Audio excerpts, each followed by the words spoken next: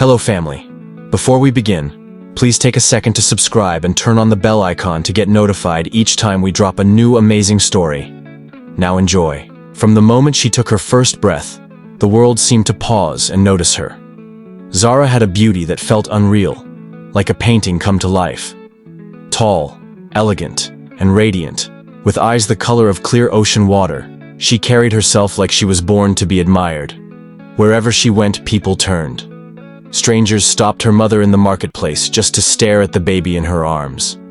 "Those eyes," they would say, clutching their hearts. "She's a miracle." By the time Zara was in secondary school, her beauty had become legendary. But it wasn't just her looks.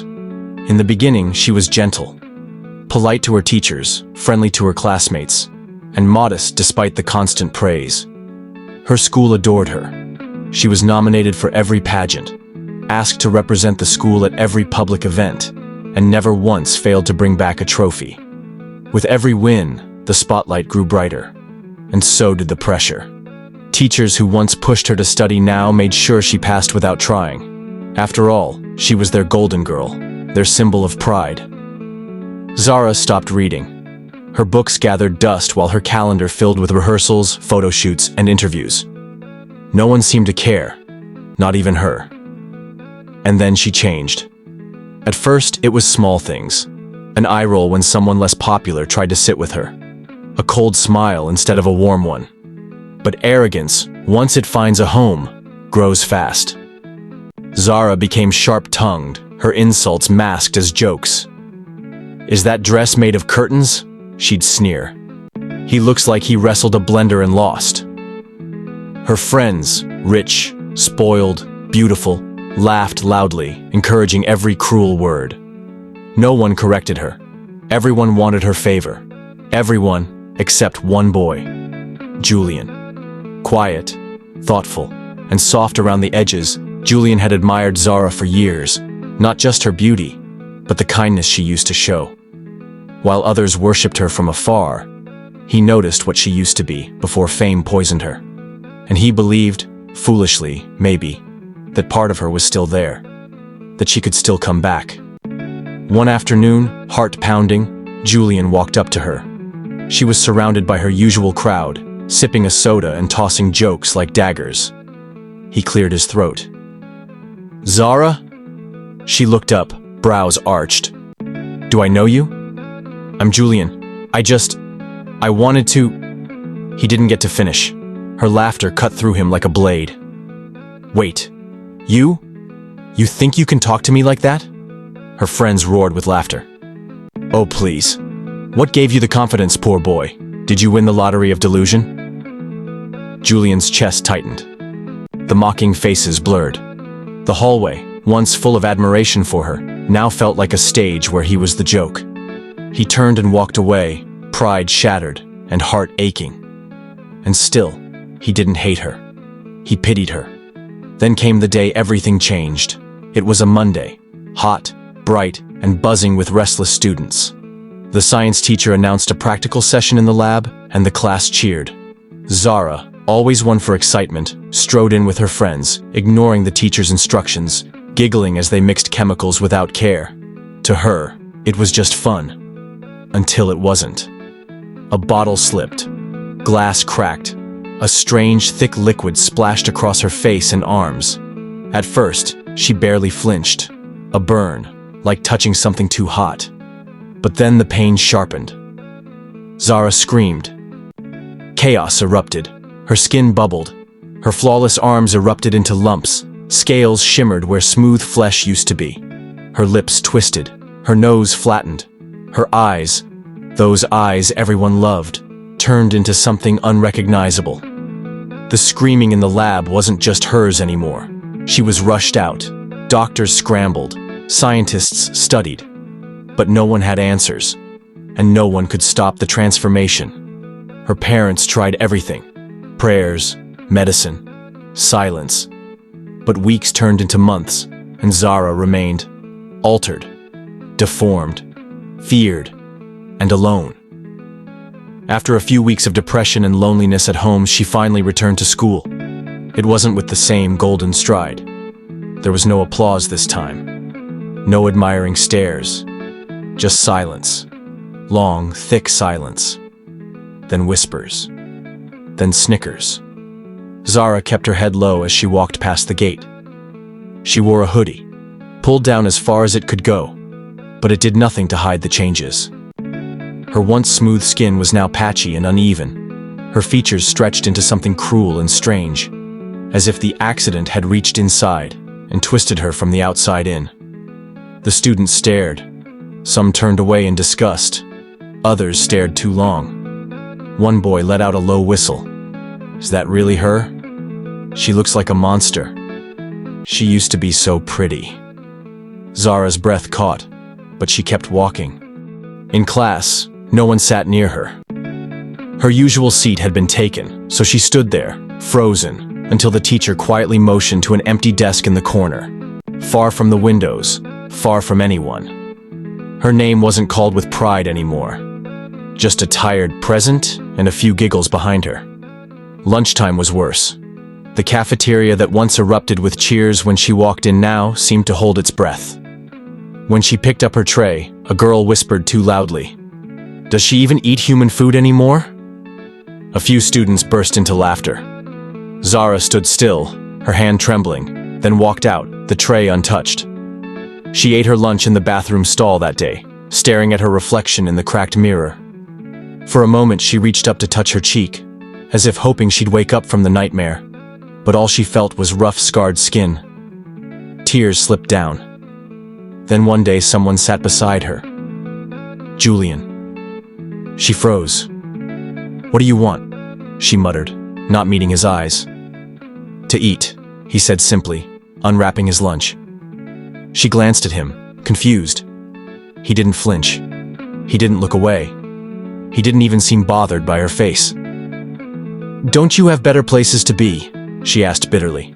"Not really," he replied. "Besides, this spot has the best view." She stared. Was he joking? Julian took a bite of his sandwich and shrugged. "I mean it. People here are predictable. They praise you when you're perfect, run when you're not. But I think you're stronger than them. You showed up. That takes guts." Zara blinked, caught off guard. No one had spoken to her like this since the accident. Not even her parents. Certainly not anyone at school. "Why are you being nice to me?" she whispered. "After what I did to you?" Julian looked at her, eyes calm. "Because I know who you were before all this. And I still believe she's in there. Even if the world doesn't." Something cracked inside her. Not in a bad way. Not like the breaking she'd felt every day since the accident. This was different. Softer. Like a door opening, letting in air after too long in the dark. From that day on, Julian kept sitting beside her. Not every student liked it. Some mocked him, some warned him. But he didn't care. He laughed with her, listened, talked. And slowly, painfully, Zara began to respond. Not with cruelty, but with real words, real questions, real warmth. The change wasn't sudden, but it had begun. Zara, the girl who once ruled the school, was learning how to be human again. One quiet lunch at a time. Time passed. Not quickly, not painlessly, but it passed. Zara no longer hid in bathrooms during lunch. She sat beside Julian every day, still quiet, still hurting, but no longer invisible. He brought her things sometimes, a book he thought she'd like, a sketch he'd drawn of a tree he saw on his walk to school. She didn't know how to thank him, not at first, but he never asked for thanks. He just smiled, gently, as if his presence was the most natural thing in the world. Julian had always been good with people, but now, something in him shifted. He started staying back after school to help his biology teacher clean up, asking questions about the human body, about healing. His interest wasn't just curiosity anymore. It was personal, focused, quietly fierce. One day, Zara asked him, "Why medicine?" He paused, the way he always did before answering something serious. "Because someone I care about got hurt, and no one really helped her, not the way she needed." Zara looked down, heart aching. Julian continued, I couldn't do anything back then. I want to make sure I can next time. She didn't say anything for a while. Then, softly, she said, You helped me. His eyes flickered to her. She met his gaze, steady this time despite the scars. You helped me, she repeated, voice firmer. Not with medicine, with something else, with not giving up. Julian gave a small, surprised smile. Then, for the first time in what felt like forever, Zara smiled too. It was crooked, uneven. Her face didn't move like it used to. The accident had changed that. But the warmth in her eyes, the realness in that moment, it was beautiful. That day, after lunch, Julian asked if she wanted to walk with him. Where? To the edge of town. There's this tree I found. I think you'd like it. She hesitated, but then nodded. They walked together. No stairs, no whispers. Just the crunch of gravel beneath their feet and the soft brush of wind through the grass. He showed her the tree, tall, old, with a trunk that twisted like it had survived every kind of storm. Zara stood in front of it for a long time. It's ugly, she whispered. Julian nodded. Yeah, and it's still standing. That was the first time Zara let him touch her hand. Just briefly, just enough. The healing had begun. It started like any other day. Zara got out of bed, wrapped her scarf the way she liked, loosely, to let her face breathe, and walked to school. She no longer wore makeup, didn't bother with gloss or powder. There was no use pretending anymore. But she didn't look down when she walked. She didn't shrink. Julian noticed.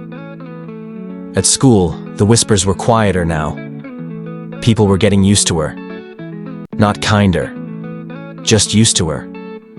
But the silence that used to feel like shame began to feel like power. That day, in literature class, Mr. Bayo asked everyone to write a short speech titled, Who Am I? The class groaned. Zara stared at the paper in front of her. She didn't move, didn't write. But her thoughts were loud. I am not what you say I am. I am not the scars on my skin or the silence in your stares. I am not your whispers or your pity. I am still here.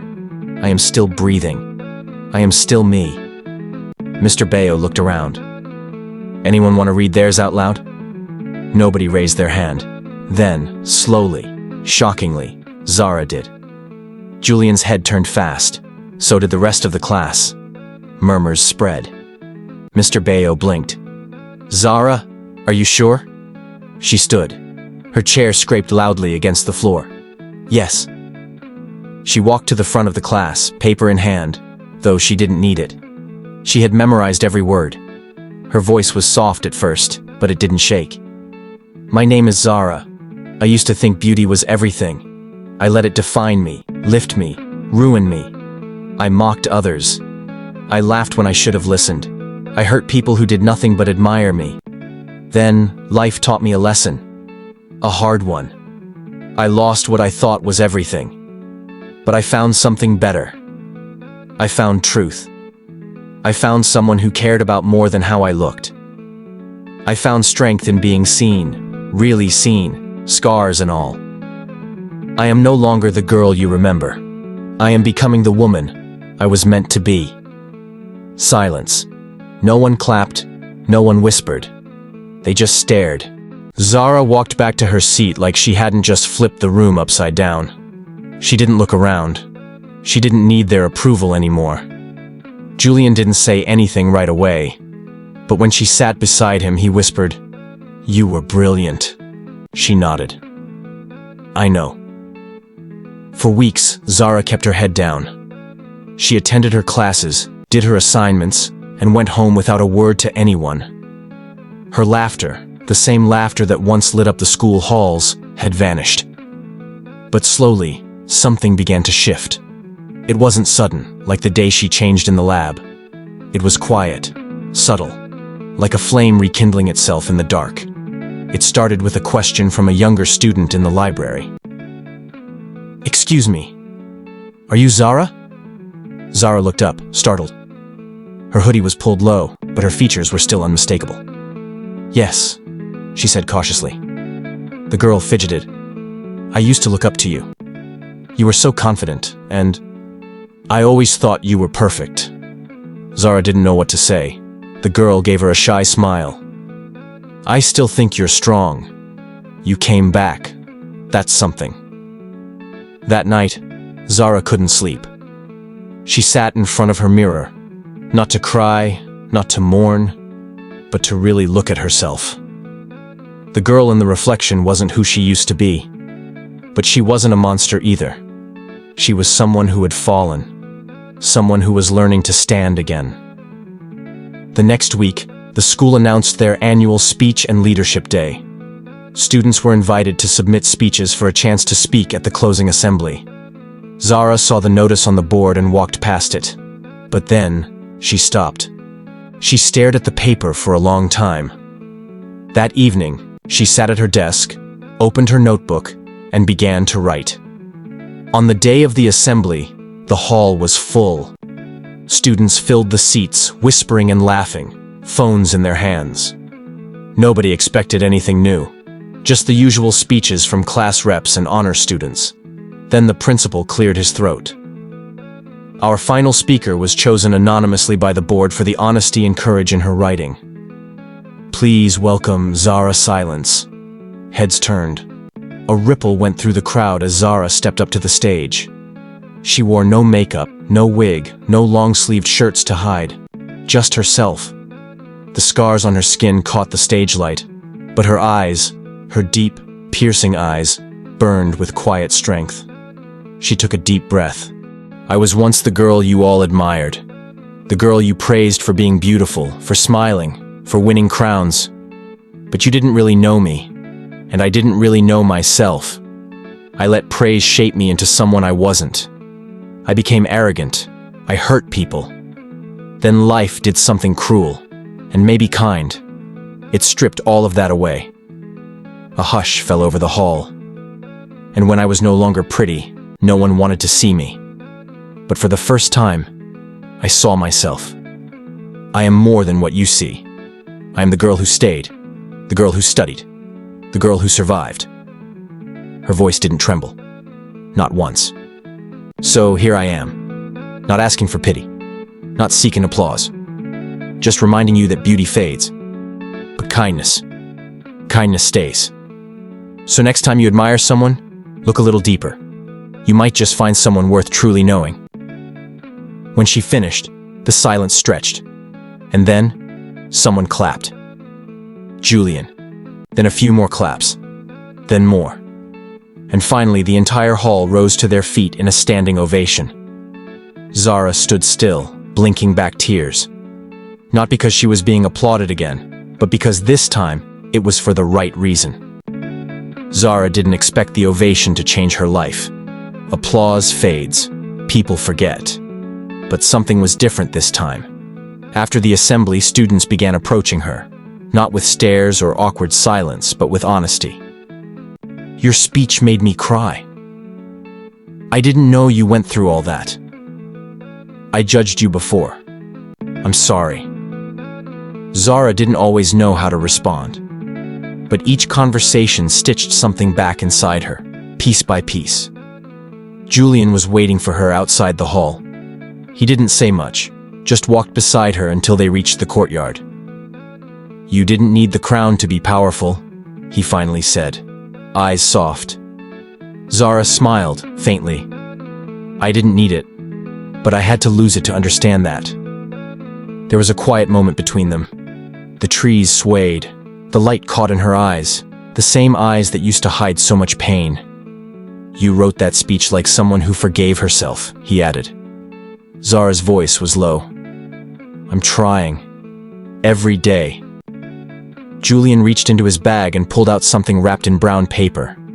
I wasn't sure if I should give this to you, but here. Zara unwrapped it slowly. It was a painting, small, framed. a girl with soft, scarred skin standing in a field of wildflowers. Her head was lifted to the sun. It was her. Tears welled up in her eyes. "You painted this?" He shrugged, a little shy. "I wanted you to see how I see you." She didn't speak. She couldn't. But she reached out and took his hand.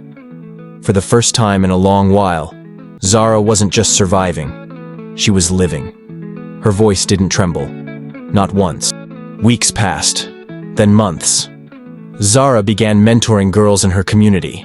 She visited secondary schools, speaking not about outer beauty, but strength, the kind that blooms in broken places.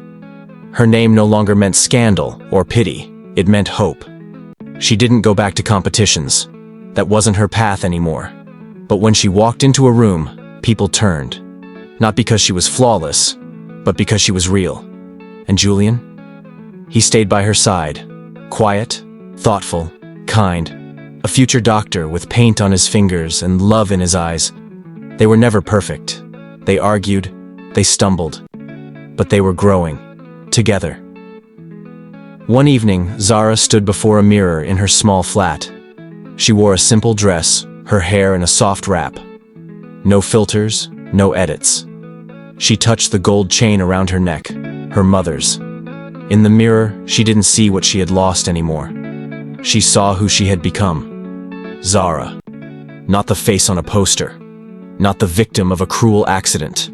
Not the girl who once ruled the halls. Just Zara. Whole. Flawed. Glorious. And finally, free. Thanks for watching. If you enjoyed this story, hit like, subscribe, and tap the bell for more African folktales. See you in the next one.